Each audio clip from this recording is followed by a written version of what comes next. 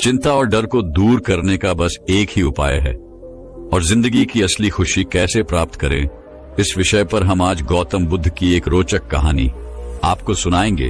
तो चलिए शुरुआत करते हैं। तो स्वागत है दोस्तों, मैं आपके लिए ज्ञान का खजाना कहानियों के माध्यम से लेकर प्रस्तुत होता हूं। तो यदि आपको हमारे द्वारा प्रस्तुत की गई कहानी सुनाने में अच्छी लगती है और आप अपने जीवन को सुधारना चाहते हैं, अपडेट करना चाहते हैं, तो हमारे चैनल को सब्सक्राइब करें, लाइक करें, और यदि आपको लगता है कि यह कहानी आपके किसी प्रियजन में भी साझा करनी चाहिए तो अवश्य करिएगा। और यदि हमारे चैनल का मेंबरशिप ज्वाइन करना चाहते हैं तो आपका तहे दिल से स्वागत है। हमारे चैनल से जुड़ जाइए। आपका यह एक कदम चैनल से जुड़कर आपके जीवन को सार्थक व उपयोगी सिद्ध होता है। तो चलिए प्रारंभ करते हैं आज की कहानी। एक बार एक साधु से एक सम्राट को प्रेम हो गया। सम्राट रोज रात निकलता था, घोड़े पर सवार होकर अपने राज्य का चक्कर लगाने ही की। वह रोज देखता उस साधु को एक पेड़ के नीचे बैठा, अपनी मस्ती में मस्त।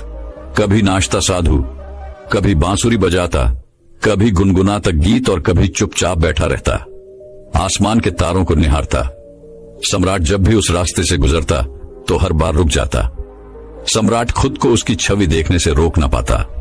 कुछ क्षण वहीं खड़ा होकर उसकी मस्ती को चखता और फिर अपने घोड़े पर सवार होकर वहां से चला जाता। धीरे धीरे सम्राट को इतना रस हो गया उस साधुओं में कि समय कब बीत जाता उसे पता ही न चलता। वह खड़ा रहता, दूर चुपचाप एक झाड़ी के पीछे उस साधु की मस्ती को देखता परखता। मस्ती भी ऐसी थी कि खुद भी मस्त होकर महल वापस लौटता। अब तो यह उसका रोज का काम हो गया था। लेकिन एक दिन इतना भाव विहूर हो गया कि जाकर साधु के चरणों में गिर पड़ा और बोला, महाराज, अब यहां और न रहने दूंगा। बारिश का मौसम करीब आ गया है। वृक्ष है यह, कैसे रहेंगे आप बारिश में इस वृक्ष के नीचे? महल चलकर मुझ पर कृपा करो, मुझे अपनी सेवा का अवसर दो। यह सुनते ही वह साधु खड़ा हो गया, अपनी झोली उठा ली और कहा, चलो। यह देखकर सम्राट को बड़ा आश्चर्य हुआ। सम्राट कह तो रहा था कि महल चलो, लेकिन उसे प्रसन्नता होती है यह सुनकर जब साधु कहता कि कौन सा महल, कैसा महल, हम जहां हैं वहीं खुश हैं। हम महलों वगैरह में नहीं जाते। हमने तो कपड़ों, गहनों, महलों इत्यादि का त्याग कर दिया है और तुम हमें वहीं ले जा रहे हो। सम्राट के मन में तो साधु से यह शब्द सुनने की अपेक्षा थी। अगर साधु ने यह सब कहा होता तो सम्राट उसके चरणों में गिरकर थोड़ी और विनती कर लेता, लेकिन साधु को एक बार बोलने से ही चलने को तैयार हो गया। इससे सम्राट थोड़ा सदमे में आ गया। वह सोचने लगा कि कहीं मैंने कोई गलती तो नहीं कर दी, कहीं इस आदमी ने मेरे साथ कोई चालबाजी तो नहीं की। ये कोई महल में ही घुसने की तरकीब तो नहीं है कि यहां बैठकर बांसुरी बजाता ही रहा जब तक कि मैं इस पर मोहित नहीं हो गया। कहीं यह मेरे ऊपर ही तो जाल नहीं फेंक रहा था, कहीं यह सिर्फ कांटा ही तो नहीं था मछली को फांसने का। मैं पागल हूं जो इस चक्कर में पड़ गया। अब तो कुछ बोल भी नहीं सकता। इसने एक मौका भी तो ना दिया बोलने का। इसने एक बार यह भी तो ना कहा कि नहीं, मैं हाँ बहुत मजे में हूं। क्या गर्मी, क्या बरसात, हमारे लिए सब एक है। सम्राट ने साधु की तरफ देखते हुए मन ही मन सोचा, क्या साधु है यह? आराम की बात आते ही तुरंत मान गया। सम्राट के मन से साधु के प्रति सारा सम्मान ही खत्म हो गया। सम्राट यह सब सोच ही रहा था, तब तक वह साधु सम्राट के घोड़े पर चढ़कर बैठ गया। सम्राट को जिंदगी में पहली बार पैदल चलना पड़ा, जबकि वह साधु बड़े आनंद से घोड़े पर बैठकर जा रहा था। सम्राट के दिल को बड़ी चोट लगी। उन्हें मन ही मन खुद को कोसने लगा कि यह तो मैंने बहुत जल्दबाजी कर दी, बहुत बड़ी गलती हो गई मुझसे इस साधु को पहचानने में। लेकिन अब सम्राट अपनी बात से पलट भी नहीं सकता था। अपनी जबान का पक्का जो था, सम्राट ने मन ही मन खुद से कहा, अब यह पड़ा रहेगा महल में। इतने सारे फालतू लोग पड़े हैं और अब यह भी पड़ा रहेगा। लेकिन अब सम्राट के मन से उस साधु के लिए प्रेम और सम्मान पूरी तरह से नष्ट हो चुका था। साधु तो महल में जाकर आराम से रहने लगा, लेकिन सम्राट की समस्या दिन प्रतिदिन बढ़ने लगी, क्योंकि वह साधु बड़ी मस्ती और आनंद में रहता था। सम्राट को साधु से ईर्ष्या होने लगी। जब यही साधु जंगल के वृक्ष के नीचे मस्त रहता था तो सम्राट के मन में उसके लिए आदर पैदा होता था कि वाह, कैसा गजब का त्यागी है, कुछ नहीं है, फिर भी कितना खुश है। साधु तो वृक्ष के नीचे भी बांसुरी ही बजाता था और महल में भी वह बांसुरी ही बजाता था। बस फर्क इतना था कि यहाँ वह मखमल के गद्दे पर बैठकर बांसुरी बजाता था। यहाँ तो छाती पर सांप लुट जाते थे सम्राट कि यह सब देखकर कि कैसा आदमी में उठा लाया, यह कोई साधु है। सम्राट से भी ज्यादा शान और शौकत के साथ वह रहता था। सम्राट को तो कुछ चिंता फिक्र भी थी। आखिर उसका साम्राज्य, परिवार, धन दौलत सभी कुछ था। सैकड़ों चिंता ही थी उसे, लेकिन उस साधु को तो कोई चिंता ही न थी। वह मस्त बांसुरी बजाए, नाचे गाए, अच्छा भोजन करें, अच्छे कपड़े पहने। 6 महीने तक किसी तरह सम्राट ने उसे बर्दाश्त किया, लेकिन बात बढ़ती चली गई, सहन के बाहर हो गई सम्राट के लिए। तो एक दिन सम्राट ने साधु से बोल ही दिया, महाराज एक प्रश्न पूछना था, अब मुझ में और आप में क्या फर्क है? साधु ने कहा, फर्क जानना चाहते हो? सम्राट ने कहा, जी। साधु ने कहा, तुम 6 महीने क्यों फालतू परेशान रहे? यह प्रश्न तुम्हें उसी समय पूछ लेना चाहिए था जब मैं तुम्हारे घोड़े पर बैठा था, क्योंकि मैंने तो देख ही लिया था कि यह प्रश्न तुम्हारे मन में उसी वक्त उठ गया था जब मैं झोला उठाकर राजी हुआ था तुम्हारे साथ आने को। मैंने उसी समय तुम्हारा चेहरा पढ़ लिया था। यह प्रश्न तो उसी समय तुम्हारे अंदर था। अरे मूर्ख, तूने 6 महीने तक बेवजह अपनी छाती क्यों जलाई? वहीं पूछ लिया होता। मैं झोला रखकर फिर उसी पेड़ के नीचे बैठ जाता। कैसा संकोच, किस बात की लाज रखी तुमने? लेकिन मैं इंतजार ही कर रहा था कि आखिर कब तक तुम पूछते हो, तो फिर कल सुबह फर्क बता ही देता हूं तुम्हें। लेकिन हाँ, नगर के बाहर जाकर बताऊंगा। अगले दिन सुबह सम्राट जल्दी सोकर उठा, उत्सुकता यह जानने को कि आखिर क्या फर्क है। सम्राट ने सोचा कि आखिर क्या फर्क हो सकता है। मुझे तो कुछ नहीं लगता। खाना जो मैं खाता हूं वही खाता है, और मुझसे भी ज्यादा मांगे करता है कि यह लाओ वह लाओ। मैं जिस कमरे में रहता हूं उससे भी आलीशान कमरे में रहता है। मेरा 2-3 नौकरों से काम चल जाता है, और यह दिन भर 15-20 नौकर रखता है। इसकी जरूरतों का कोई अंत ही नहीं है, मांगे ही चला जाता है। कपड़े शानदार पहनता है, जिससे कोई देखे तो समझे यह मेरा कोई मंत्री इत्यादि है। यह स्वयं इस महल का सम्राट दिखाई पड़ता है। कम से कम महल के बाकी लोग मुझसे डरते तो हैं, लेकिन इसकी आंखों में तो डर नाम की कोई चीज नहीं है। बस पूरे दिन अपनी मस्ती में मस्त होकर बांसुरी बजाता रहता है। सम्राट पहुंच गया सुबह सुबह साधु के कमरे में। वहां पहुंचकर देखा तो भौचक्का रह गया। वह साधु वही पुराने कपड़े पहने हुए जो वे वृक्ष के नीचे पहनकर बैठता था। एक हाथ में झोला और दूसरे हाथ में बांसुरी लिए तैयार खड़ा था। सम्राट को देखते ही साधु ने कहा, चलिए महाराज। इसके बाद वो दोनों महल से बाहर निकल आए। चलते चलते नगर की नदी पार हो गई। कुछ देर बाद वह नगर से काफी दूर निकल आए। सम्राट ने पूछा, अभी और कितना चलना है? साधु ने कहा, बस थोड़ी देर और चलते चलते सुबह से दोपहर हो गई। तो सम्राट ने कहा, बस अब और आगे नहीं, जो भी कहना है यहीं पर कहो। साधु ने कहा, मैं तो आगे चलता हूं, तुम साथ चलते हो कि नहीं? सम्राट ने थोड़ा क्रोधित होते हुए कहा, मैं कैसे चल सकता हूं? मैं तुम्हारी तरह आखिर थोड़ी ना हूं जिसे किसी बात की कोई परवाह नहीं। मेरी बीवी, मेरे बच्चे, मेरी धन दौलत, मेरा साम्राज्य, सब कुछ मेरे से जुड़ा हुआ है। मैं इन सबको छोड़कर तुम्हारे साथ क्यों चलूं? सम्राट की यह बात सुन साधु जोर से हंस पड़ा और बोला, बस यही फर्क है तुम में और मुझ में कि मैं कहीं भी जा सकता हूं और तू नहीं जा सकता। मैं अच्छी बुरी हर परिस्थिति में खुश रह सकता हूं, पर तू नहीं। जब मैं उस जंगली वृक्ष के नीचे रहता था तब भी पूरी मस्ती में रहता था और अपने जीवन के एक एक पल को जीता था। जब मैं महल चला गया तो वहां भी अपने इस अनमोल जीवन के एक एक पल को पूरी मस्ती और आनंद के साथ जिया।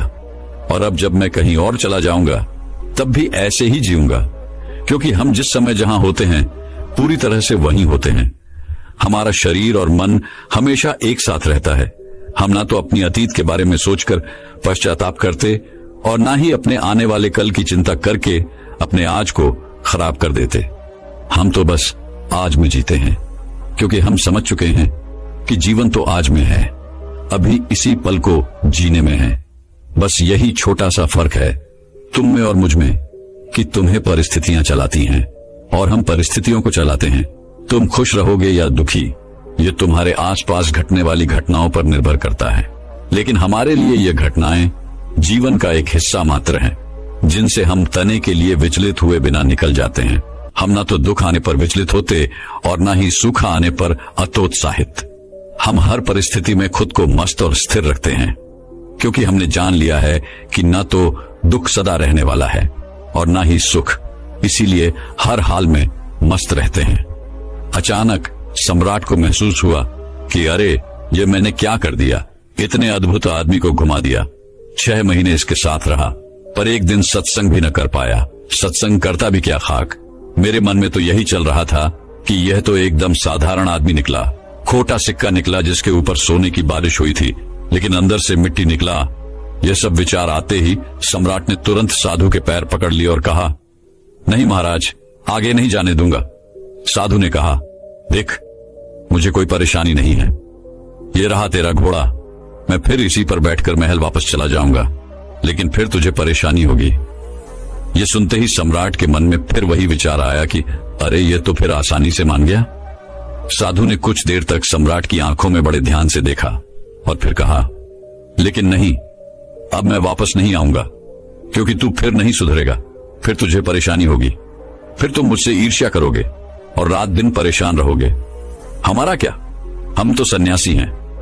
हमारे लिए महल और जंगल सभी एक समान है। हमें कोई समस्या नहीं, क्योंकि जिससे समस्या है वह सन्यासी ही नहीं। मेरी बांसुरी जैसे महल में बजती थी, वैसे ही जंगल में भी बजेगी और बजती ही रहेगी। इतना कहकर वह साधु वहां से चल देता है और सम्राट वहीं खड़ा खड़ा उस साधु को जाता हुआ देखता रहता है। दोस्तों, इस कहानी से 2 बातें सीखने को मिलती हैं। पहली, कि इंसान किसी भी चीज की इज्जत तभी तक करता है जब तक वह चीज उसके पास नहीं होती। फिर वह वस्तु या इंसान मिल जाने के बाद व्यक्ति उसे उचित सम्मान देना बंद कर देता है, और फिर उसे अपनी इस गलती का एहसास तब होता है जब वह वस्तु या इंसान उसके जीवन से चला जाता है। जैसे उस सम्राट को वह साधु तब तक बहुत त्यागी और महान प्रतीत हो रहा था जब तक वह जंगल में रहता था, लेकिन जैसे ही वह सम्राट के साथ उसके महल चला गया, सम्राट उसे तुच्छ समझने लगा और उसे पीछा छुड़ाने का प्रयास करने लगा। लेकिन फिर वही साधु उससे दूर चला गया तो फिर वह सम्राट को उपयोगी प्रतीत होने लगा। इसीलिए किसी भी व्यक्ति को बहुत ही सोच समझकर अपनाओ, लेकिन जब अपनाओ तो उसे ठुकराओ मत। दूसरी सीख और परिस्थिति चाहे जैसी भी हो, हर हाल में मस्त रहो। एक उस साधु की भांति जो जंगल में भी उतनी ही मस्ती के साथ रहता था जितनी मस्ती से वह महल में रहता था। सुख और दुख के प्रति समान भाव रखना ही जीवन जीने का सही तरीका है।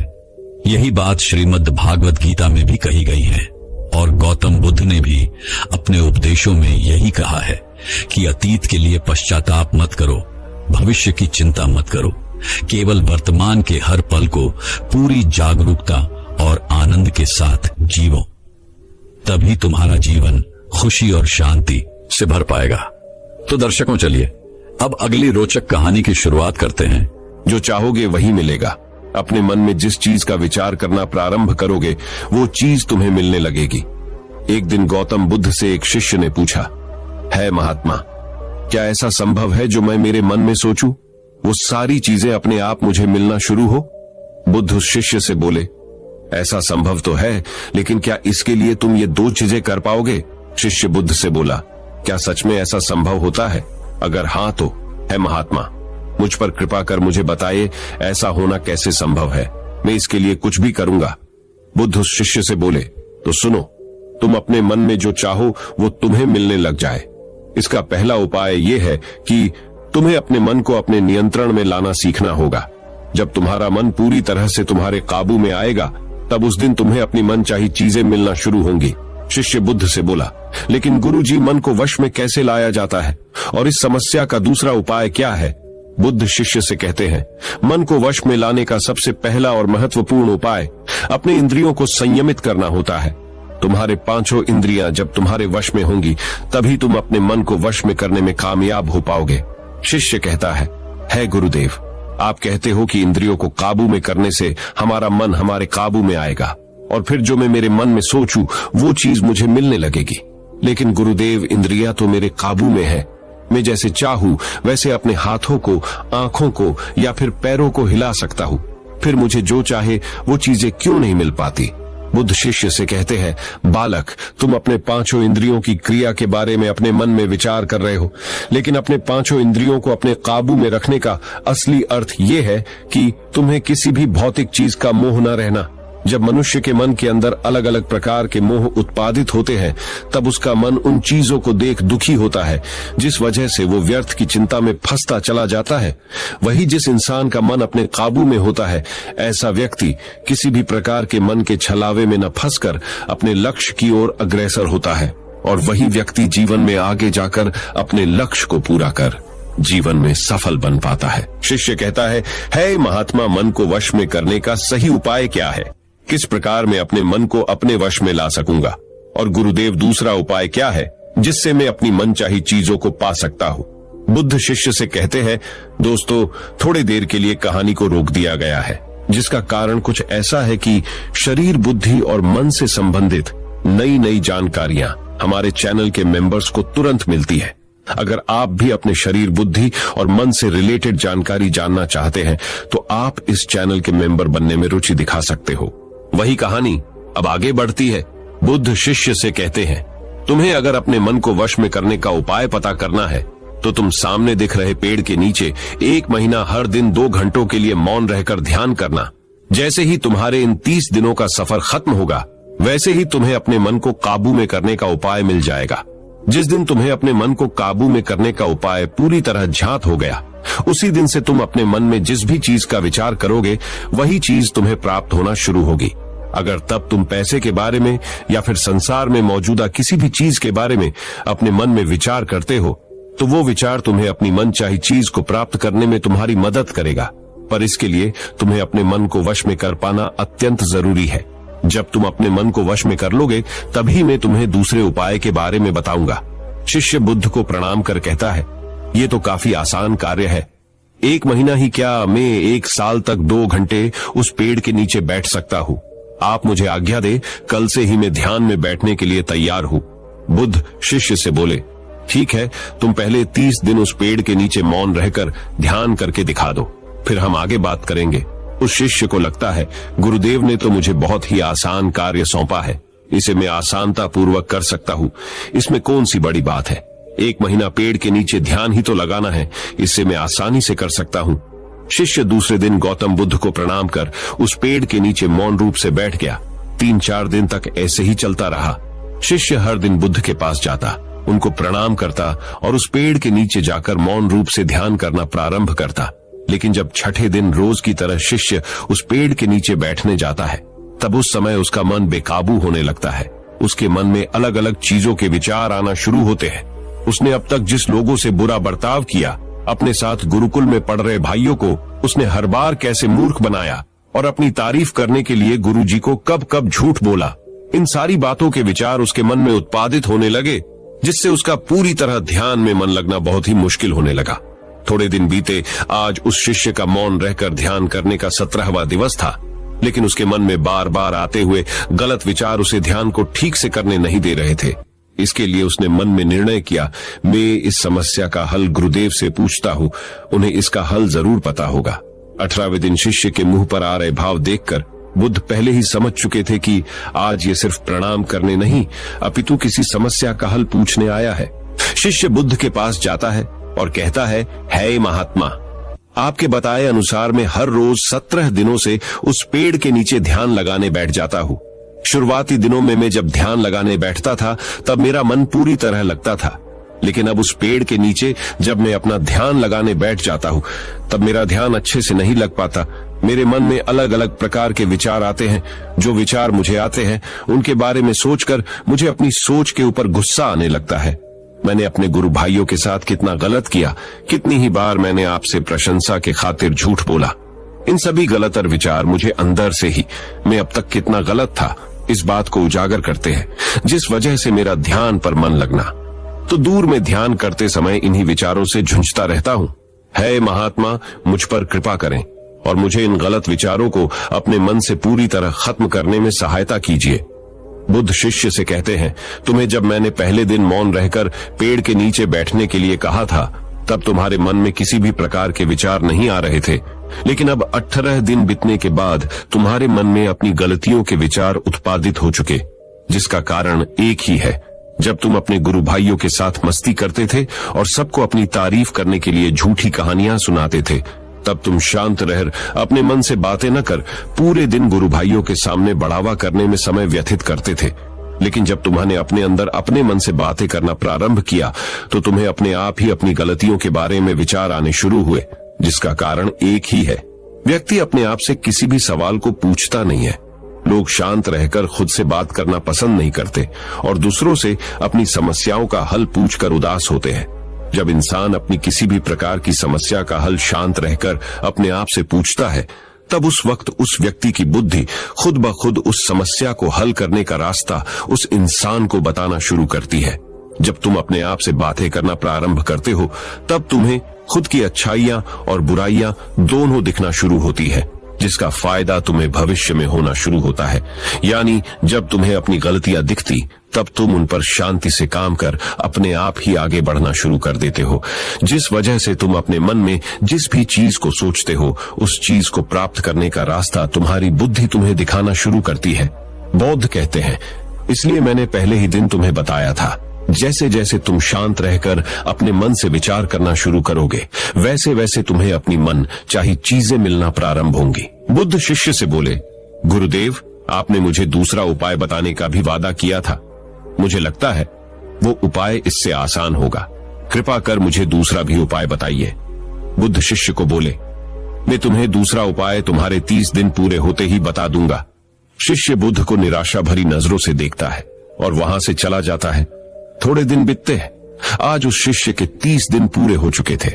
शिष्य बुद्ध के पास चला जाता है और बुद्ध से पूछता है गुरुदेव, मुझे मेरा मन इतना हल्का क्यों लग रहा है?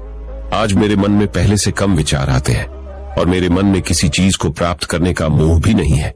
लेकिन गुरुदेव, दूसरा उपाय क्या था जिसे आपने उस दिन नहीं बताया? बुद्ध शिष्य से कहते हैं, दूसरा उपाय था ही नहीं, बस मैंने तुम्हें इसलिए दूसरे उपाय के बारे में बताया था क्योंकि तुम ध्यान के इस 30 दिन में भटक न जाओ। तुम अपने ध्यान के इन दिनों पूरी तरह से खत्म कर पाओ, जिससे तुम्हें अपने अंदर की आवाज को पहचानने में मदद हो और तुम जान सको कि ऐसा संभव जरूर है कि जो तुम चाहो वो तुम्हें मिल सकता है। लेकिन अपने मन को वश में करने के बाद इसके रास्ते और भी ज्यादा आसान हो जाते हैं। इसलिए इंसान का मन अगर उसके वश में हो तो वो अपनी मन चाही चीज को प्राप्त करने में समर्थ रहता है।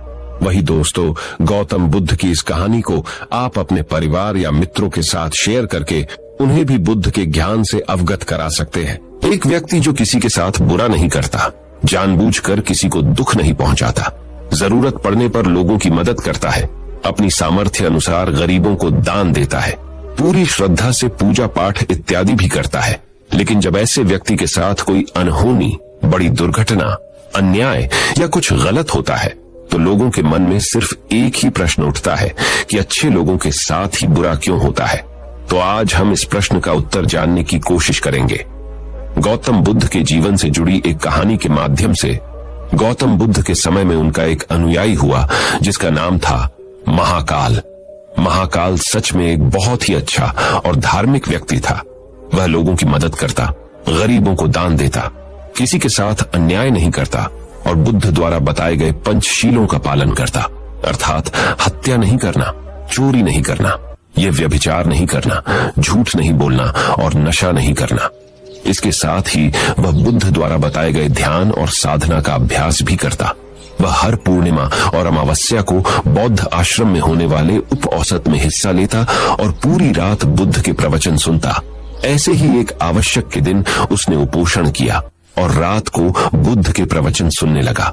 और सवेरे जब बुद्ध के प्रवचन समाप्त हुई तो आश्रम से निकलकर वह पास के ही तालाब में नहाने के लिए चला गया। उसी रात उस गांव में कुछ चोर एक घर में चोरी करने के लिए गुस्से हुए जेवर वो चोरी करके भाग रहे थे तो गलती से एक चोर का पैर बर्तन से टकरा गया और बर्तनों की आवाज से घर के लोग जाग गए। चारों तरफ हल्ला मच गया कि गांव में चोर घुसे हैं। मोहल्ले के लोगों ने चोरों का पीछा करना शुरू कर दिया। कुछ देर तक तो चोर कहने जेवरात की पोटली लेकर भागते रहे, लेकिन जब उन्हें महसूस हो गया ये बचना संभव नहीं है, पकड़े जाएंगे, तो तालाब के पास से जाते हुए चोरों ने सारे गहने जेवरात महाकाल के कपड़ों के पास फेंक दिए और वहां से भाग गए। जब लोग वहां पहुंचे तो उन्होंने देखा कि चोरी का सारा सामान तो इस व्यक्ति के कपड़ों के पास पड़ा हुआ है। सभी लोगों ने महाकाल को ही चोर समझ लिया और तालाब से बाहर निकालकर उसे मारना शुरू कर दिया। वह कहता रहा कि मैं चोर नहीं हूं, मैं तो रात भर प्रवचन सुनकर आया हूं और यहाँ सिर्फ स्नान कर रहा था। मुझे नहीं पता ये चोरी का सामान यहाँ कैसे आ गया। लेकिन भीड़ ने उसकी एक न सुनी और यह कहते हुए और मारने लगे कि अच्छा, चोरी करने के बाद अब नाटक कर रहा है कि मैं अच्छा आदमी हूँ, प्रवचन सुनकर आ रहा हूँ। गुस्साई भीड़ ने उसे इतनी बेरहमी से पीटा कि उसकी मौत हो गई और उस मृत महाकाल के शरीर को वहीं छोड़कर लोग अपने अपने घर चले गए। सुबह जब आश्रम के कुछ हिस्से तालाब में पानी लेने के लिए आए तो उन्होंने महाकाल के मृत शरीर को तालाब के पास पड़ा। देखा उसने पर पता चला कि चोरी के आरोप में लोगों ने महाकाल को पीट पीट कर मार दिया। शिष्यों ने बुद्ध के पास जाकर यह दुखद खबर सुनाई कि बेचारे उपासक महाकाल को लोगों ने मार दिया। उसे उस गलती की सजा मिली जो उसने की भी नहीं थी। बुद्ध शिष्यों के द्वारा की जा रही अलग अलग बातों को बस ध्यान पूर्वक सुन रहे थे।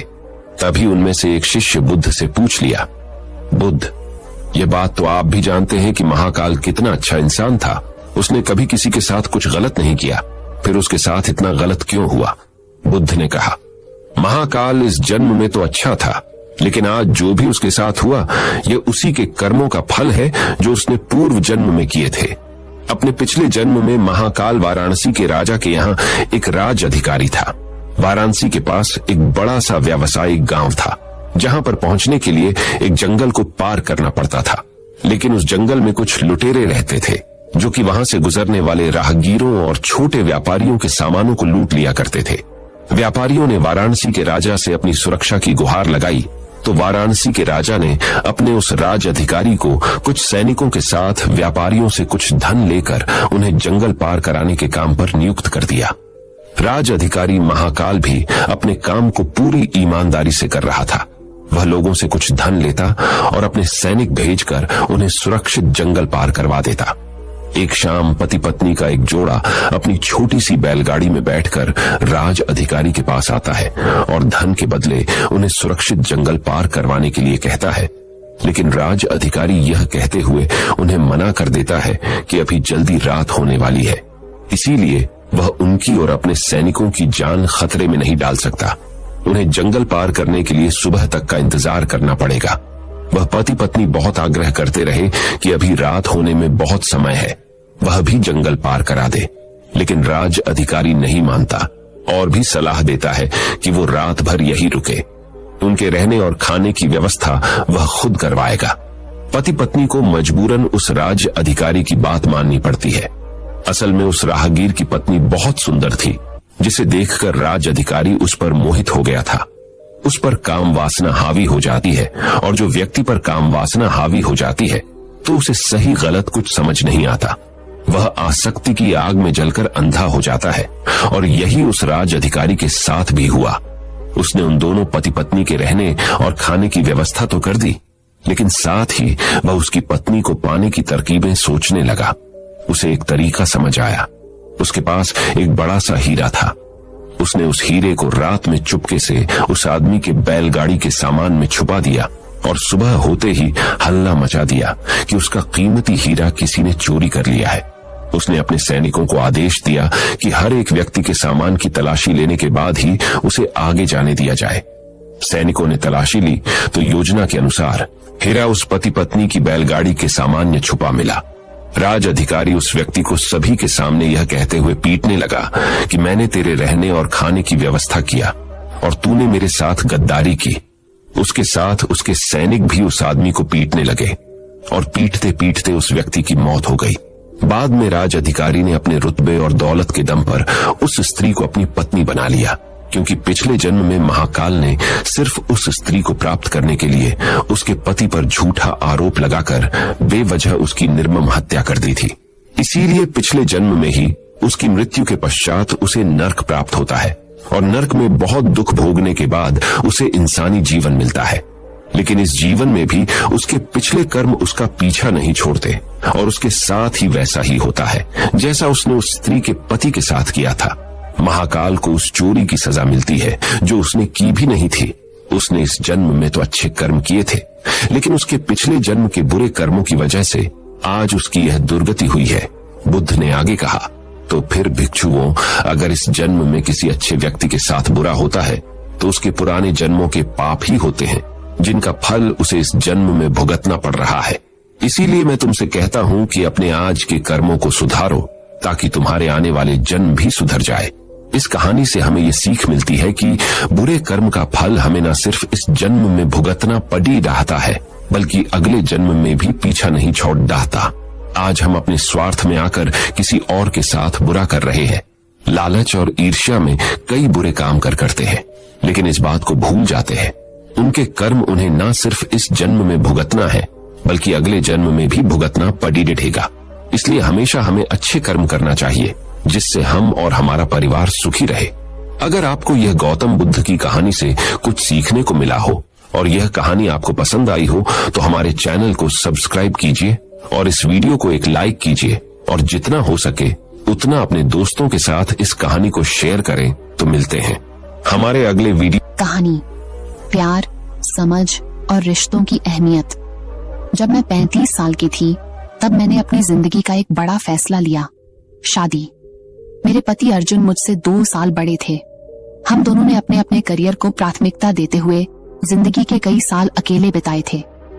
मेरी नौकरी अच्छी चल रही थी, लेकिन समाज और परिवार का दबाव बढ़ता जा रहा था।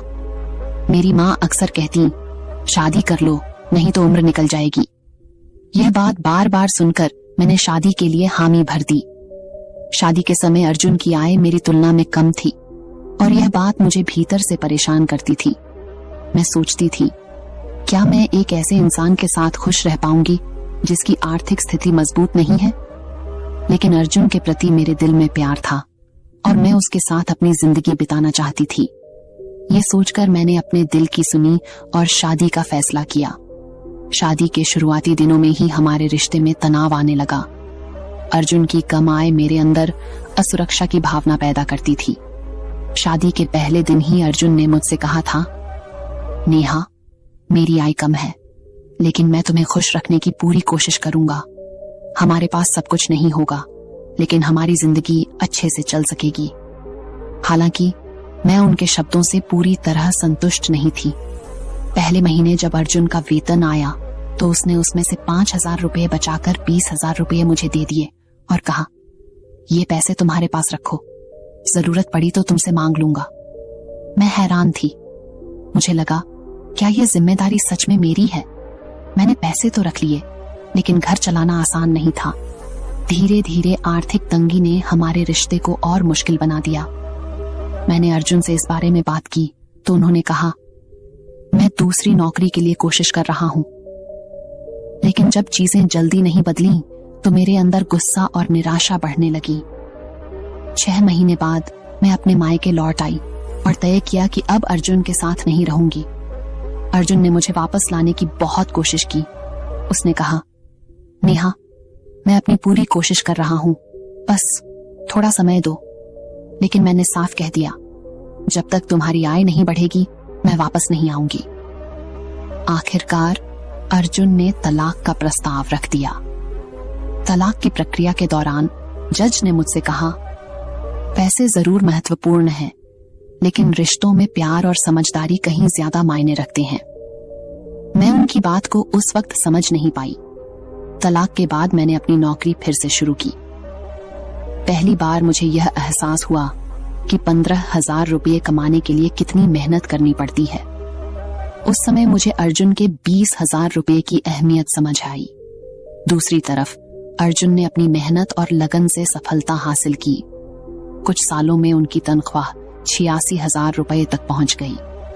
जब मुझे यह खबर मिली तो मेरे दिल में पछतावा हुआ। मुझे एहसास हुआ कि मैंने हमारे रिश्ते को पैसों की वजह से खत्म कर दिया, जबकि उसे प्यार, विश्वास और समझदारी से संभालने की जरूरत थी। आज मैं यह समझती हूँ कि रिश्ते सिर्फ पैसों पर नहीं टिकते।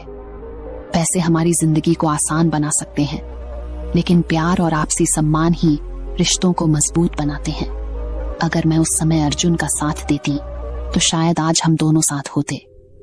इस अनुभव ने मुझे सिखाया कि रिश्तों को निभाने के लिए सहनशीलता, समझदारी और एक दूसरे का साथ सबसे जरूरी होता है। अब मैं दूसरों को यही सलाह देती हूँ कि रिश्तों में प्यार और सहयोग को प्राथमिकता दें, क्योंकि सच्चा सुख इन्हीं से आता है। एक गुरु का एक शिष्य अपने गुरु की तरह बनना चाहता था। गुरु भी अपने शिष्य को अपने से भी महान बनता हुआ देखना चाहते थे, इसलिए उन्होंने सब तरह की शिक्षा उसे दी। लेकिन शिष्य को तो बहुत जल्दी बहुत बड़ा बनना था। उसे हमेशा लगता कि गुरु उसे सब कुछ नहीं बता रहे, इसीलिए वो सफल नहीं हो पा रहा। तो एक दिन उसने सोचा कि क्यों ना मैं गुरु पर नजर रखूं और देखूं कि पूरे दिन वह क्या क्या करते हैं। उस दिन से वह गुरु का पीछा करने लगा। उन्हें पूरे दिन छुप छुप कर देखता रहता, सुबह उठने से लेकर रात के सोने तक। गुरु क्या क्या करते थे, कहां जाते थे, कैसे ध्यान करते थे, कैसे भोजन करते थे, क्या बोलते थे, कैसे चलते थे, कैसे उठते बैठते और सोते थे, इन सभी गतिविधियों को उनका शिष्य पूरे दिन छुप छुप कर देखता रहता। उसने भी वही सब करना शुरू कर दिया जो गुरु अपने दिनचर्या में करते थे। उसने हर एक काम में वो गुरु की नकल करनी शुरू कर दी। एक सुबह नदी की ओर जाते हुए गुरु ने देखा कि उनका शिष्य उनके साथ साथ चल रहा है। उसने भी उसी घाट में स्नान किया जिस घाट में रोज गुरु स्नान किया करती थे। वह भी उस चट्टान के पास पहुंचा जिसमें बैठकर गुरु और सुबह ध्यान किया करते थे, और गुरु के बैठने से पहले ही वह उस चट्टान पर जाकर बैठ गया और ध्यान करने लगा। यह देखकर गुरु मुस्कुराए और वहीं पास की ही एक दूसरी चट्टान पर बैठकर ध्यान करने लगे। शिष्य ने सोचा कि गुरु कुछ बोलेंगे, लेकिन जब थोड़ी देर तक कोई आवाज न आई तो उसने आंख खोलकर देखा कि गुरु तो दूसरी चट्टान पर बैठकर ध्यान कर रहे हैं। उसने सोचा कि शायद महीने में किसी एक दिन गुरु दूसरी चट्टान पर बैठकर ध्यान करते होंगे। जैसे कि ऐसी हरकतों को देखकर गुरु समझ गए कि उनका शिष्य उनकी तरह बनने के लिए अंधा होकर उनकी नकल उतार रहा है। इसलिए गुरु एक दिन एक पेड़ के डाल पर बैठकर सो गए। शिष्य ने सोचा कि शायद रात में पेड़ के डाल पर बैठकर सोने से कोई प्रभाव पड़ता होगा, इसलिए वो भी उसी पेड़ की दूसरी डाल पर जाकर सो गया। रात में कुछ गिरने की आवाज आई। आवाज सुनकर गुरु की आंखें खुली तो देखा शिष्य पेड़ से नीचे गिर पड़ा है और चिल्ला रहा है। गुरु ने जाकर शिष्य को उठाया और कहा कि तुम बिना सोचे समझे किसी दूसरे के रास्ते पर चलोगे या उसकी नकल करने की कोशिश करोगे, तब तुम ऐसे ही गिरोगे जैसे आज गिरे हो। शिष्य ने कहा, गुरुदेव, मैं तो सिर्फ आपकी तरह बनने का प्रयास कर रहा था। गुरु ने कहा, अगर तुम बंदर की तरह नकल करने लगोगे तो हो सकता है कि बहुत प्रयास करने के बाद उस काम को करने लगो जैसे बंदर करते हैं, पर क्या इंसान होने के बावजूद बंदर होना उचित होगा? शिष्य ने कहा, नहीं गुरुदेव, इंसान बनना ही ज्यादा उचित है। शिष्य ने कहा, लेकिन गुरुदेव, मैं अपने मकसद में कैसे कामयाब हो सकता हूं, कैसे खुद को जान सकता हूं, पहचान सकता हूं? मैं तो बस यही जानने का प्रयास कर रहा था कि दिन भर आप क्या करते हैं।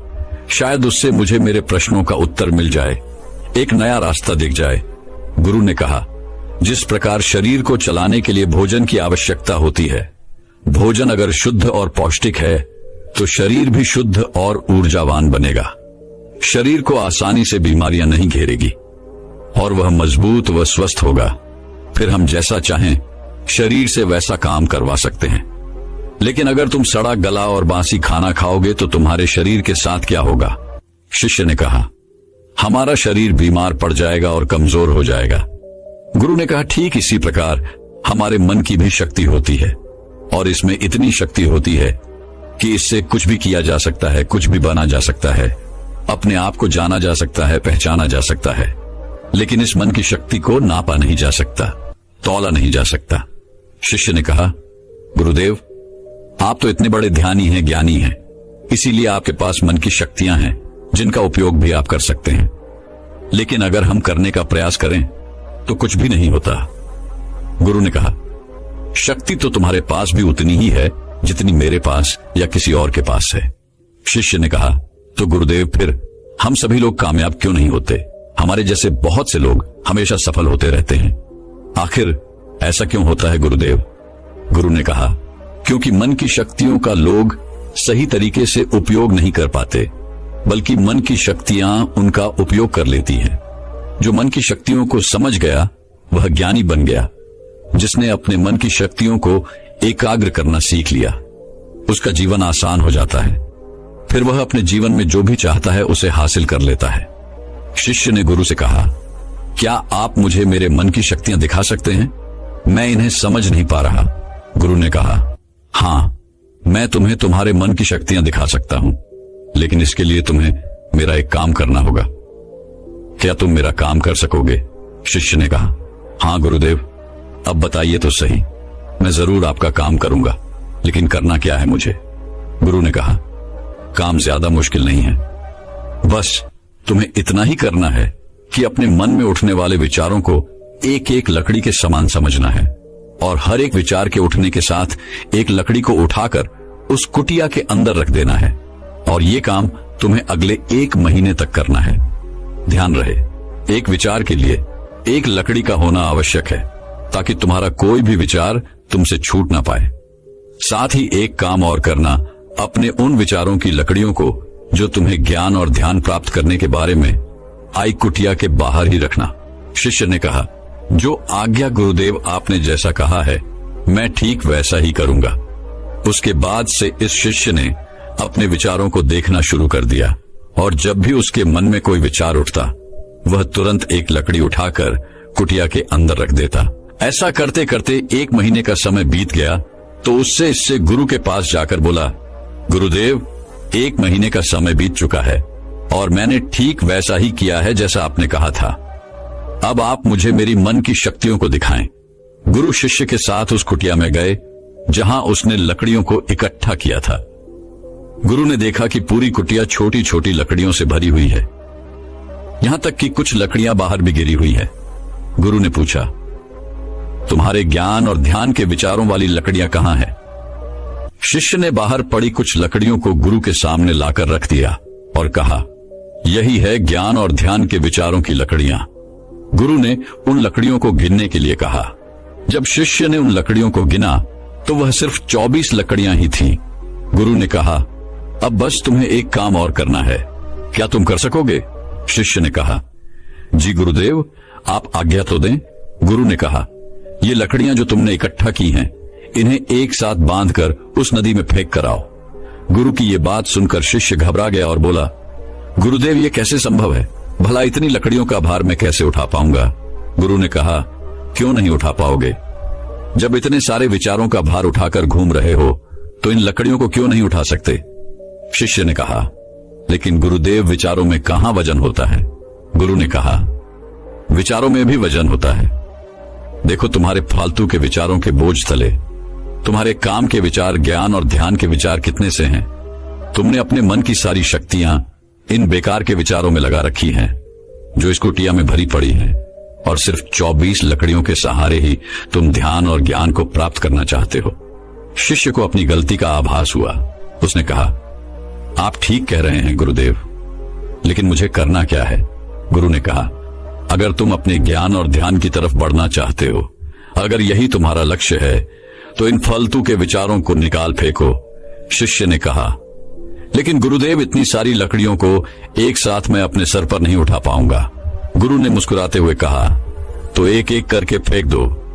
1 महीने में, 2 महीने में, 1 साल में, 2 साल में, जितना भी समय लग जाए लगाओ, लेकिन इन फालतू के विचारों को अपने मन से, अपने दिमाग से बाहर फेंक डालो। याद रहे, एक विचार छूटने पर सिर्फ एक लकड़ी को ही नदी में फेंकना है। शिष्य ने जिन लकड़ियों को सिर्फ 1 महीने में इकट्ठा कर लिया था, उन्हें फेंकने में उसे 3 साल का समय लग गया। एक विचार के छूटने पर वह एक लकड़ी को नदी में फेंक देता, और अब उसके पास ध्यान और ज्ञान के विचारों वाली सिर्फ 24 लकड़ियां ही शेष रह गई थीं। अब उसके मन की पूरी शक्ति सिर्फ ज्ञान और ध्यान प्राप्ति में लगी हुई थी। कोई भी बेकार का विचार उसके मन में शेष नहीं बचा था। एक दिन ध्यान करते हुए अचानक यह उठा और गुरु के पास जाकर बोला, गुरुदेव, ऐसा लग रहा है जैसे मैं कहीं अटक गया हूं और अब मैं आगे नहीं बढ़ पा रहा हूं। गुरु ने कहा, अब उन 24 लकड़ियों को छोड़ने का समय आ गया है, छोड़ दो उन्हें। शिष्य ने उन 24 लकड़ियों को छोड़ने में 1 साल का समय लगा दिया, और जब उसने आखिरी लकड़ी को नदी पर छोड़ा तो वह वहीं पर बैठ गया और बैठा ही रहा। सुबह से शाम हो गई तो गुरु उसे ढूंढते हुए नदी पर आए। शिष्य की आंखों में देखते ही गुरु समझ गए कि वह संपूर्ण शांति में खेल रहा है। शिष्य ने गुरु की तरफ देखा, लेकिन शिष्य ने कुछ नहीं बोला और दोनों एक दूसरे की तरफ देखते हुए चुपचाप वहां से चले गए। दोस्तों, हमारी शक्ति लाखों करोड़ों विचारों के रूप में बिखरी पड़ी है। इसमें से कुछ अच्छे विचार हैं और कुछ बुरे। हमें बस अपने अच्छे विचारों को पकड़ना है, क्योंकि अगर हमने अपने अच्छे विचारों को नहीं पकड़ा तो बुरे विचार तुरंत हमारे मन पर कब्जा करना शुरू कर देंगे और हम नकारात्मकता की ओर खींचे चले जाएंगे। गौतम बुद्ध कहते हैं कि जब भी आपके मन में कोई अच्छा विचार आए तो तुरंत उस विचार को पकड़ लो और उस पर काम करना शुरू कर दो। मन की शक्तियों का उपयोग करना बहुत ही आसान है। बस हमें उसी पर ध्यान देना है जो हम करना चाहते हैं। लेकिन हम एक साथ बहुत सी चीजों पर ध्यान देने लगते हैं, जिससे हमारा मन उस काम से डिस्ट्रैक्ट होने लगता है और हमारी मन की सारी शक्तियां बिखर जाती है। दोस्तों, मैं उम्मीद करता हूं कि ये कहानी सुनने से आपके जीवन में अच्छे बदलाव आए होंगे। आपको इस वीडियो से क्या सीखने मिला, ये कमेंट करके जरूर बताएं और अपने परिवार, दोस्तों या आपके करीबी इंसान के साथ ये कहानी शेयर करके उन्हें भी इस ज्ञान से परिचित करवाएं। बाकी अगर आपको ये वीडियो दिल से अच्छी लगी हो तभी इस वीडियो को लाइक कर देना, और आपने अब तक इस चैनल को सब्सक्राइब न किया हो तो चैनल को सब्सक्राइब भी जरूर कर देना। आपका हर दिन शुभ हो और खुशियों से आपका जीवन भरा रहे। प्राचीन भारत की समृद्ध धरती पर एक महान राज्य था जिसका नाम काशी था। उस राज्य के राजा शौर्य प्रताप अपनी बुद्धिमत्ता और न्यायप्रियता के लिए प्रसिद्ध थे। सम्राट के 4 पुत्र थे जो शिक्षा के लिए देश के अलग अलग हिस्सों में भेजे गए थे। वर्षों बाद जब उन्होंने अपनी शिक्षा पूरी कर ली और लौटने की सूचना दी तो सम्राट की प्रसन्नता का ठिकाना न रहा। उन्होंने नगर द्वार पर जाकर अपने पुत्रों का स्वागत किया और उन्हें राजप्रासाद ले आए। राजधानी में आनंद और उल्लास की लहर दौड़ गई। सम्राट के पुत्रों ने अपनी शिक्षा के दौरान विभिन्न विषयों में विशेषज्ञता हासिल की थी। चारों राजकुमारों के भीतर अपनी विद्या को सर्वोपरि मानने का अहंकार था। यही अहंकार धीरे धीरे विवाद का कारण बन गया। पहले राजकुमार ने खगोल विद्या का अध्ययन किया था। उन्होंने गर्व से कहा, खगोल विद्या से मनुष्य विराट ब्रह्मांड का ज्ञान प्राप्त करता है। मैं तारों की चाल, ग्रह नक्षत्रों के प्रभाव और उनके सत्य असत्य का निर्णय करने में सक्षम हूं। मेरी विद्या सर्वश्रेष्ठ है। दूसरे राजकुमार ने वेदांत का अध्ययन किया था। वे बोले, तारों का ज्ञान मानव जीवन का संपूर्ण ज्ञान नहीं है। मैंने वेदांत में आचार्य की उपाधि प्राप्त की है। ब्रह्म विद्या से लोक परलोक के बंधन टूटते हैं, इसलिए मेरी विद्या सबसे श्रेष्ठ है। तीसरे राजकुमार ने समाजशास्त्र का अध्ययन किया था। उन्होंने तर्क दिया, ज्ञान का सही उपयोग तभी है जब उसे व्यवहार में लागू किया जाए। समाज के नियम और उनकी व्यावहारिकता का ज्ञान ही वास्तविक श्रेष्ठता है, इसीलिए मेरी विद्या अधिक महत्वपूर्ण है। चौथे राजकुमार ने रसायन शास्त्र में महारत हासिल की थी। वे मुस्कुराते हुए बोले, भाइयों, तुम सबकी विद्या महत्वपूर्ण है, लेकिन मेरी विद्या सबसे श्रेष्ठ है। मैंने ऐसी विद्या सीखी है जिससे लोहे और तांबे को सोने में बदल सकता हूं। धन और लक्ष्मी ही इस संसार में वास्तविक श्रेष्ठता का मापदंड। चारों राजकुमारों के बीच बहस बढ़ती गई और किसी भी राजकुमार ने हार मानने से इनकार कर दिया। सम्राट शौर्य प्रताप इस विवाद से अत्यंत दुखी हुए। उन्होंने इसे सुलझाने के लिए एक योजना बनाई। उन्होंने अपने चारों पुत्रों को अलग अलग समय पर जंगल में भेजा। उनका निर्देश था कि वे वहां जाकर किंशुक नामक वृक्ष की पहचान करें और उसके बारे में जानकारी लेकर लौटें। पहला राजकुमार पतझड़ के मौसम में गया। उसने देखा कि वृक्ष ठूंठ के समान है, उसमें कोई पत्ते नहीं थे। उसने लौटकर कहा, किंशुक एक ऐसा वृक्ष है जिसमें पत्ते नहीं होते। दूसरा राजकुमार वसंत के आरंभ में गया। उसने देखा कि वृक्ष में कोंपलें फूट चुकी थीं। उसने लौटकर कहा, किंशुक एक ऐसा वृक्ष है जिसमें नन्ही कोंपलें होती हैं। तीसरा राजकुमार गर्मियों में गया। उसने देखा कि वृक्ष पर लाल लाल फूल खिले हुए थे। उसने बताया, किंशुक एक ऐसा वृक्ष है जिसमें सुंदर लाल फूल होते हैं। चौथा राजकुमार मानसून में गया। उसने देखा कि वृक्ष पर फल लग चुके थे। उसने कहा, किंशुक एक ऐसा वृक्ष है जिसमें स्वादिष्ट फल लगते हैं। चारों राजकुमारों ने अपनी अपनी दृष्टि से किंशुक वृक्ष की पहचान की, लेकिन उनके विवरण एक दूसरे से भिन्न थे। यह देखकर सम्राट शौर्य प्रताप ने राजपुरोहित को बुलाया। राजपुरोहित ने चारों को समझाते हुए कहा, तात, किंशुक वृक्ष में हर मौसम में परिवर्तन होता है। तुम चारों ने उसके अलग अलग रूप देखे, लेकिन उसका वास्तविक स्वरूप उन सभी रूपों का समन्वय है। इसी प्रकार जीवन में भी सत्य और ज्ञान के कई रूप हो सकते हैं। एक व्यक्ति का दृष्टिकोण संपूर्ण सत्य नहीं हो सकता। सत्य उन सभी दृष्टिकोणों के समन्वय में निहित है। राजपुरोहित की इस बात से चारों राजकुमारों का अहंकार समाप्त हो गया। उन्हें यह समझ में आ गया कि उनकी विद्या श्रेष्ठ हो सकती है, लेकिन वह संपूर्ण नहीं है।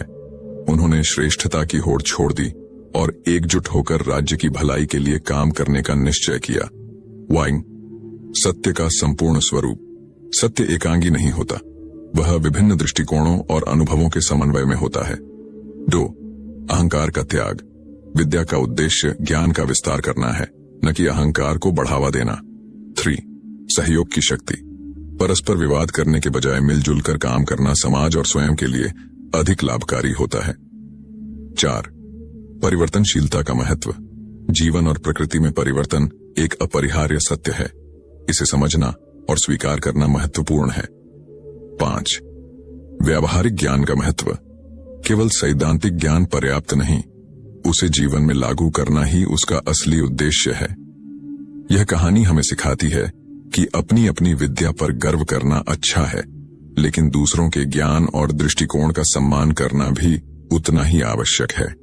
सत्य और ज्ञान के समन्वय में ही जीवन का वास्तविक अर्थ छिपा है। एक छोटे से गांव में एक आलसी और गरीब पुजारी रहता था। वह दिन भर मंदिर में पूजा करता और भिक्षा मांगकर अपना गुजारा करता था। पुजारी मेहनत करने से कतराता था और हमेशा किसी ऐसे उपाय की तलाश में रहता जिससे वह एक दिन में ही अमीर बन जाए। एक दिन भिक्षा मांगने के दौरान पुजारी को दूध का एक बड़ा बर्तन मिला।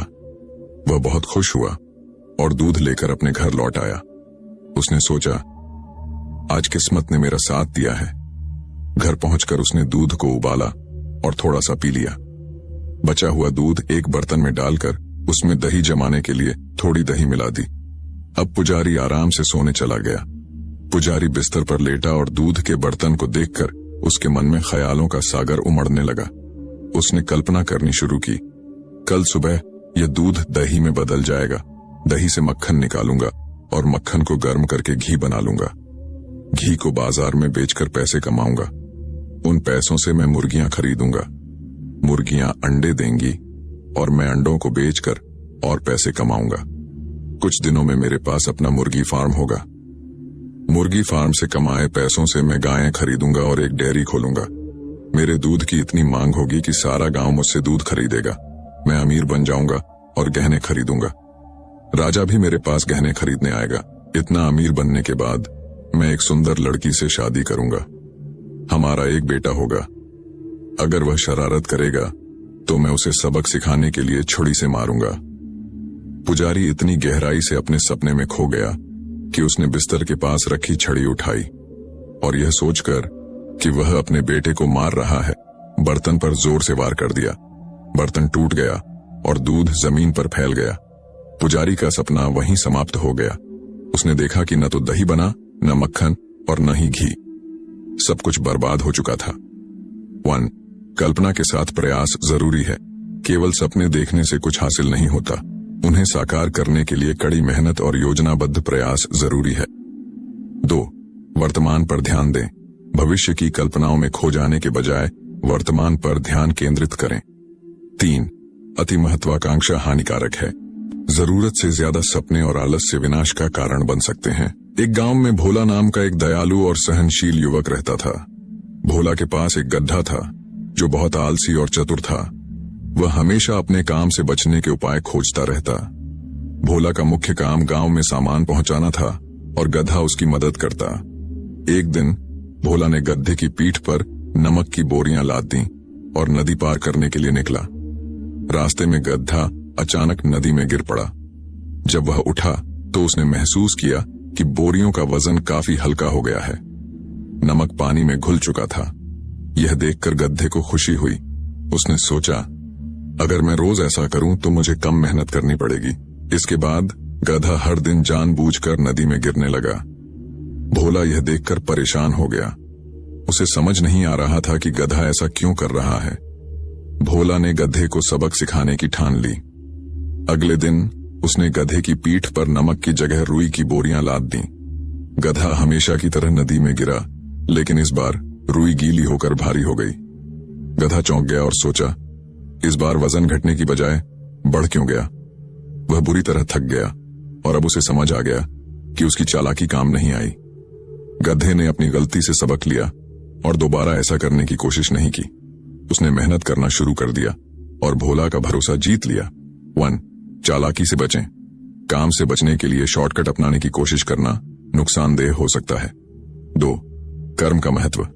ईमानदारी से मेहनत करने में ही सच्ची सफलता है। 3. योजना का महत्व। भोला ने सही समय पर गधे को सबक सिखाया। इससे पता चलता है कि सही योजना और निर्णय से समस्या का समाधान हो सकता है। 1. मेहनत का कोई विकल्प नहीं है। चाहे परिस्थिति जैसी भी हो, सफलता केवल परिश्रम से ही संभव है। 2. बिना मेहनत के बड़े सपने देखना नुकसानदायक हो सकता है। 3. चालाकी और आलस्य से बचें, क्योंकि यह आपके विकास को रोक सकता है। 4. हर व्यक्ति को अपने कर्मों का फल मिलता है। 5. जीवन में संतुलन और व्यावहारिकता बनाए रखना जरूरी है। इन कहानियों से हमें यह समझने को मिलता है कि कल्पना और चालाकी से अधिक महत्वपूर्ण है ईमानदारी, परिश्रम और सही दृष्टिकोण। यही सफलता का असली मार्ग है। दोस्तों, आखिर जिंदगी में असली सुखी कौन सा व्यक्ति है? इस विषय पर गौतम बुद्ध की बेहद ही प्रसिद्ध कहानी की शुरुआत करते हैं। हम हमेशा उन चीजों के पीछे भागते रहते हैं जो हमारे पास नहीं है। हम भविष्य में उन्हें पाने के लिए लगातार प्रयास करते रहते हैं, लेकिन हम यह भूल जाते हैं कि जिस चीज को पाने का हम प्रयास कर रहे हैं, उसके कारण हमारा वर्तमान दुखी हो रहा है। हमारे वर्तमान की सारी खुशियां हमसे छिन रही हैं। इस कहानी में आप यह समझ पाएंगे कि किस प्रकार आपका जो वर्तमान है वही सर्वश्रेष्ठ समय है। इस समय को आपको भरपूर ढंग से जीना चाहिए, क्योंकि यह समय जो आज आपके पास है वह दोबारा नहीं लौटने वाला। बहुत समय पहले की बात है। एक नगर में एक बहुत ही गरीब व्यक्ति रहता था। वह जब भी किसी धनी व्यक्ति को देखता तो वह मन ही मन बोलने लगता और कहता, हे भगवान, तूने मुझे इतना गरीब क्यों बनाया? इन अमीर व्यक्तियों को देखो, ये लोग कैसे ढंग से खेल रहे हैं, जीवन का आनंद ले रहे हैं, और एक मैं हूं जो हर रोज एक एक पैसे के लिए तरस जाता हूं। मेरे पास तो फूटी कौड़ी तक नहीं है और ये लोग पैसे बर्बाद कर रहे हैं। हे भगवान, मुझे भी अमीर बना दे। एक दिन वह व्यक्ति इसी तरह बोल रहा था। तभी उसके पास से एक बौद्ध भिक्षु गुजर रहे थे। उन भिक्षु ने उस गरीब व्यक्ति की सारी बातें सुन ली। फिर वह बौद्ध भिक्षु उस व्यक्ति से कहते हैं, क्या बात है भंते, तुम इतने परेशान क्यों हो? तुम इतने दुखी क्यों लग रहे हो? क्या कोई तकलीफ है तुम्हें? तभी वह व्यक्ति कहता है, हे गुरुदेव, मैं बहुत दुखी हूं, मैं बहुत गरीब हूं, मेरे पास तो खाने के लिए पैसे नहीं बचते, मैं एक एक पैसे के लिए तरस जाता हूं। इस दुनिया में मेरा कोई नहीं, मैं सुखी होना चाहता हूं, मुझे सुखी होना है, मुझे अमीर होना है। हे गुरुवर, क्या आप मुझे कोई ऐसा उपाय बता सकते हैं जिससे मैं जल्द से जल्द अमीर हो जाऊं और मेरे पास किसी चीज की कोई कमी ना रहे? उस व्यक्ति की यह बात सुनकर उन बौद्ध भिक्षु ने उस व्यक्ति की तरफ ध्यान से देखा और फिर उस व्यक्ति को कहते हैं, भंते, तू मेरे साथ चल। इतना कहकर वह भिक्षु उस गरीब व्यक्ति को एक अमीर व्यक्ति के घर ले गए। उस अमीर के घर को देखकर उस गरीब व्यक्ति की आंखें फटी की फटी रह गईं। उस गरीब व्यक्ति ने उन भिक्षु से कहा, हे गुरुवर, इतना अमीर होने के लिए तो मैं कुछ भी कर सकता हूं। यदि मेरे पास इतने पैसे हों तब तो क्या ही बात है, इस घर में तो कितना आनंद आता होगा। तभी वह भिक्षु मुस्कुराने लगे और उस गरीब व्यक्ति से कहते हैं, इसलिए तो मैं तुम्हें यहां पर लाया हूं। इतना कहते हुए भिक्षु उस व्यक्ति को उस घर के मालिक के पास ले जाते हैं और उस अमीर व्यक्ति से कहते हैं, तुम्हारे पास तो इतनी धन दौलत है, इतना आलीशान घर और सारे ऐशो आराम है, क्या तुम सुखी हो? तभी वह व्यक्ति जरा सा मायूस होकर उन बौद्ध भिक्षु से कहता है, हे गुरुवर, कैसा सुख केवल धन दौलत होने से सुख तो नहीं आ जाता। मैं तो जन्म से ही अंधा हूं, और एक अंधे के जीवन में सुख कैसे हो सकता है? सुखी तो वे लोग हैं जिनके पास आंखें हैं, जो लोग इस संसार को देख पा रहे हैं, इसकी खूबसूरती को आंख भर के निहार पा रहे हैं। हे गुरुवर, मैं तो बस इतना ही चाहता हूं कि केवल मुझे कुछ पलों के लिए ही सही, लेकिन इस संसार को देखने का अवसर प्राप्त हो। मैं कम से कम एक बार अपने माता पिता, अपने रिश्तेदारों को देख सकूं, और इसके लिए चाहे मुझसे मेरी कोई पूरी दौलत ही क्यों न ले ले, मैं देने के लिए तैयार हूं। मैं इतना दुखी हूं जितना दुखी और कोई नहीं हो सकता। हे ईश्वर, आपने मुझे अंधा क्यों बनाया? तभी उन बौद्ध भिक्षु ने उस गरीब व्यक्ति की ओर इशारा करते हुए कहा, तुम्हारे पास एक बहुत दिग्गज अवसर है। यदि तुम चाहो तो केवल अपनी आंखें देकर तुम इस अन्य व्यक्ति की सारी धन दौलत ले सकते हो, और उसके बाद तुम भी अमीर बन जाओगे, तुम भी सुखी हो जाओगे, तुम्हें तुम्हारा सुख मिल जाएगा और इस अंधे व्यक्ति को उसका सुख प्राप्त हो जाएगा। तभी वह गरीब व्यक्ति कहता है, नहीं नहीं गुरुजी, आप यह क्या कह रहे हैं? बिना आंखों के मैं अमीर होकर क्या करूंगा ना गुरु, ना मैं अपनी आंखें नहीं दूंगा। तभी वह बौद्ध भिक्षु उस गरीब व्यक्ति से कहते हैं, एक बार फिर से सोच लो, इतना अच्छा अवसर तुम्हें दोबारा नहीं मिल पाएगा। तभी वह गरीब व्यक्ति कहता है, यदि आपके पास कोई और मार्ग है तो बताइए, अन्यथा मैं अपने घर चलता हूं। तभी वह भिक्षु उस यू से कहते हैं, ठीक है, यदि तुम अपनी आंखें नहीं देना चाहते तो कोई बात नहीं, हम कोई और रास्ता निकाल लेते हैं। तभी वह बौद्ध भिक्षु उस व्यक्ति का हाथ धरकर उसे एक और धनी व्यक्ति के घर ले जाता है। इस धनी व्यक्ति का घर पहले वाले धनी व्यक्ति से और भी ज्यादा विशाल था। यह देखकर वह गरीब व्यक्ति कहता है, अरे अरे, इतना आलीशान घर मैंने आज तक नहीं देखा था। तभी वह बौद्ध भिक्षु उस गरीब व्यक्ति को उस धनी व्यक्ति के पास ले जाते हैं और उस धनी व्यक्ति से कहते हैं, आप तो बहुत सुखी होंगे, आपके पास इतना आलीशान घर है, इतनी धन दौलत है, सारे ऐश और आराम है, आपको तो किसी चीज की कोई कमी नहीं, आप अवश्य ही बहुत सुखी होंगे। तभी वह धनी व्यक्ति मायूस होकर उन बौद्ध भिक्षु से कहता है, आप यह कैसी बातें कर रहे हैं?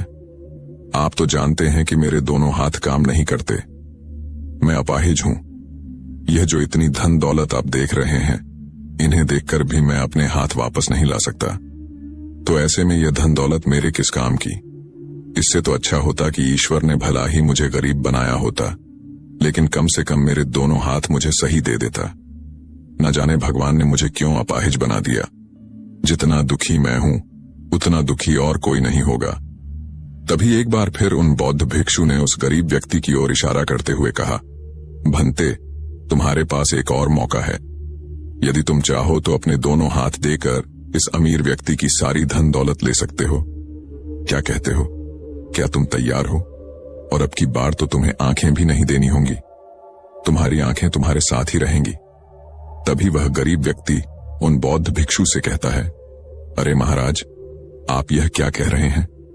एक अपाहिज होकर मैं इस धन दौलत का क्या करूंगा? क्या आपके पास कोई ऐसा अमीर व्यक्ति नहीं है जिसका पूरा शरीर भी स्वस्थ हो और उसके पास बेशुमार धन दौलत भी हो? तभी वह बौद्ध भिक्षु उस व्यक्ति का हाथ करके उसे तीसरे अमीर व्यक्ति के पास ले जाते हैं। उस अमीर व्यक्ति के पास उसका अपना महल था। यह देखकर वह गरीब व्यक्ति उन बौद्ध भिक्षु से कहता है, हे गुरुवर, यह तो अवश्य ही बहुत सुखी होगा।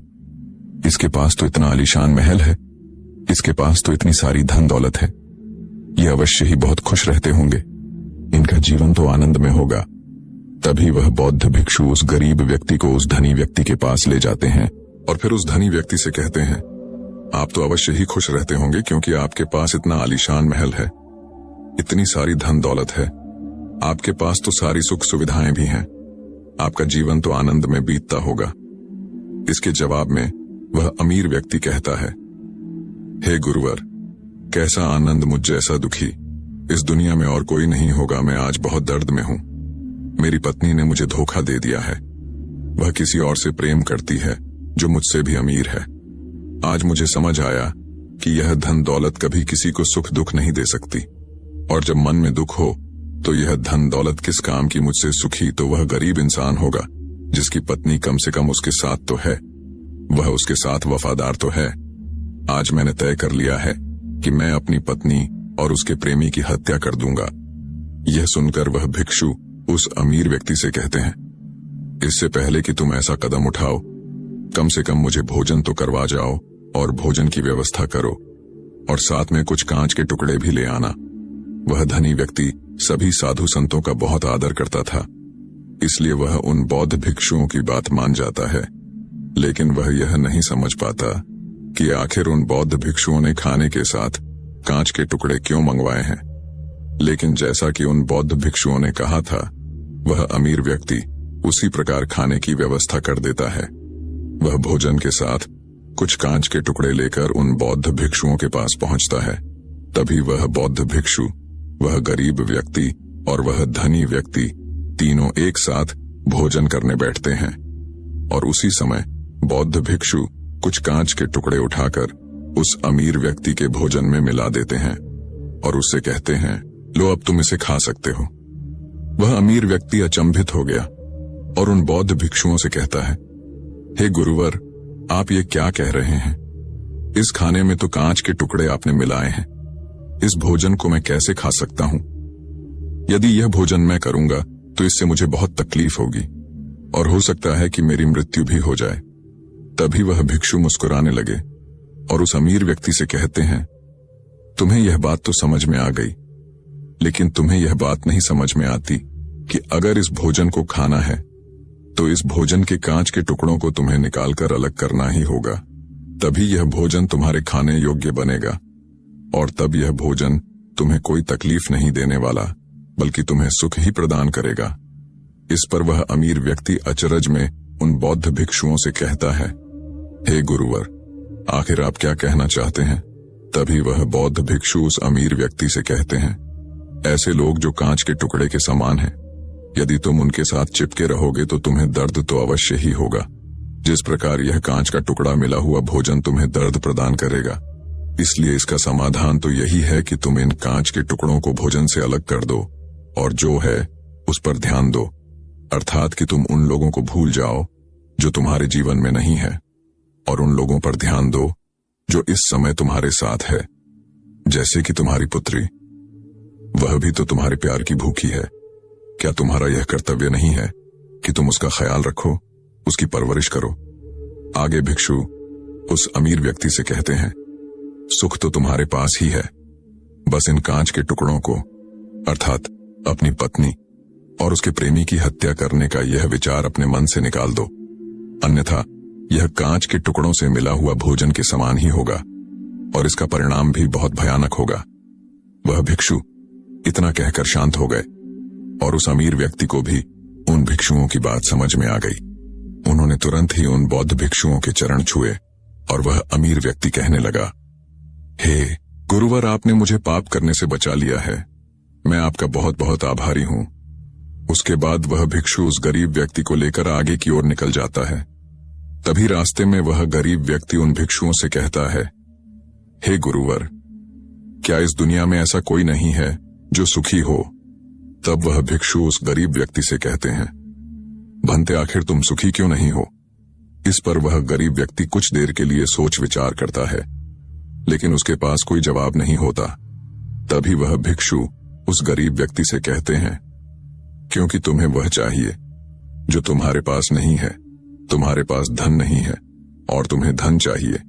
तुम अमीर होना चाहते हो, तुम्हें लगता है कि वह तुम्हें सुख देगा, लेकिन तुम इस वास्तविकता को भी भूल रहे हो कि बाद में तुम्हें दुख भी वही देगा।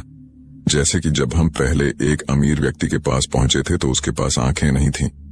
उसके पास जो नहीं था वह उसके लिए बिलख रहा था, जबकि उसके पास तो बेशुमार धन दौलत थी और उसका पूरा शरीर भी पूरी तरह से स्वस्थ था, लेकिन उसका ध्यान उस पर नहीं था। वह उसे छोड़कर उन चीजों के पीछे भाग रहा था जो उसके पास नहीं थी।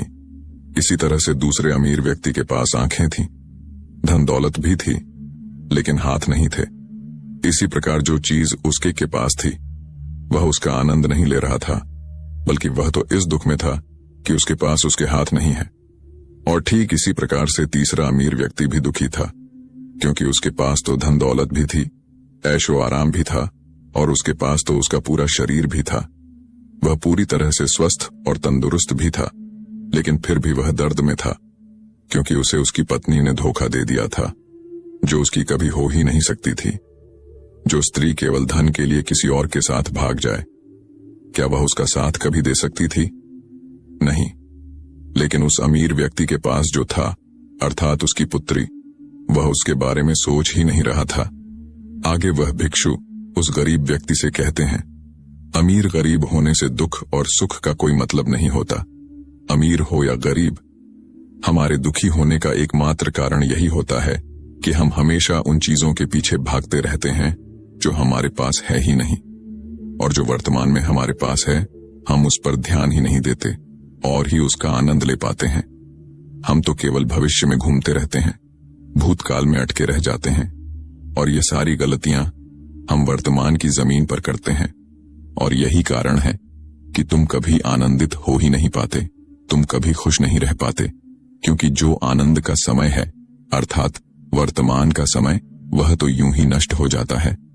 तभी आगे वह भिक्षु उस गरीब व्यक्ति की ओर इशारा करते हुए कहते हैं, भंते, तुम मुझे यह बताओ, क्या तुम्हारे पास उन तीनों अमीर व्यक्तियों के दुखों में से कोई एक भी दुख है? तभी वह गरीब व्यक्ति सोच विचार कर उन भिक्षुओं से कहता है, नहीं, मेरे पास उन अमीर व्यक्तियों के दुख में से कोई भी दुख नहीं है।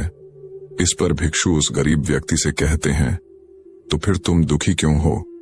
इसका जवाब देते हुए वह गरीब व्यक्ति उन भिक्षुओं से कहता है, हे गुरु, भले ही मैं उनके मुकाबले सुखी हूं, पर क्या धन कमाना या धन प्राप्त करने की इच्छा नहीं होनी चाहिए? क्या मुझे अपने वर्तमान को इसी तरह से स्वीकार कर लेना चाहिए? क्या मुझे हमेशा इसी तरह से गरीब रहना चाहिए? तभी भिक्षु दिल से मुस्कुराते हुए उस गरीब व्यक्ति से कहते हैं, वर्तमान में वर्तमान क्षण का आनंद लो। वर्तमान में ही ऐसे कर्म करो जिससे तुम्हारा भविष्य सुधर सके, लेकिन ऐसी चीजों के पीछे व्यर्थ समय ना गो जो तुम्हारे पास आज नहीं है। जो तुम्हारे पास आज है उसका आनंद लो, और जो तुम पाना चाहते हो उसके लिए केवल कर्म करो, और उस कर्म का फल तुम्हें भविष्य में मिलेगा। यानी इसकी चिंता में भी मत रहना, क्योंकि यदि तुम इसकी चिंता में रहोगे तो कभी सुखी नहीं रह पाओगे, भले ही हालात कितने भी बुरे क्यों ना हो। केवल अपने आज पर ध्यान दो और अपने कर्म मन लगाकर करो। इतना कहकर वह भिक्षु शांत हो गए, और गरीब व्यक्ति को भी उन बौद्ध भिक्षुओं की बात अच्छी तरह से समझ में आ चुकी थी। वह यह समझ चुका था कि अब से उसे अपने वर्तमान पर ध्यान देना है, उसे अपने वर्तमान को सुधारना है। उसके बाद उस गरीब व्यक्ति ने उन बौद्ध भिक्षुओं को प्रणाम किया और वापस अपने घर लौट गया। अब से वह गरीब व्यक्ति यह सोचकर हमेशा खुश रहने लगा कि कम से कम वह उन 3 अमीर व्यक्तियों से अधिक खुश है। पास अधिक खुशियों की वजह है। हाँ, यह बात और है कि उसके पास धन नहीं है, लेकिन उसके पास ऐसी चीजें हैं जो धन से कहीं ज्यादा कीमती है, और वह है उसका पूरा शरीर जो पूरी तरह से स्वस्थ है। दोस्तों, मैं उम्मीद करता हूं कि यह कहानी सुनने से आपके जीवन में अच्छे बदलाव आए होंगे। आपको इस वीडियो से क्या सीखने मिला, ये कमेंट करके जरूर बताइए, और अपने परिवार, दोस्तों या आपके करीबी इंसान के साथ ये कहानी शेयर करके उन्हें भी इस ज्ञान से परिचित करवाइए। बाकी अगर आपको ये वीडियो दिल से अच्छी लगी हो तभी इस वीडियो को लाइक कर देना। अगर आपने अब तक इस चैनल को सब्सक्राइब नहीं किया हो तो चैनल को सब्सक्राइब भी जरूर कर देना। आपका हर दिन शुभ हो और खुशियों से आपका जीवन भरा रहे। धन्यवाद।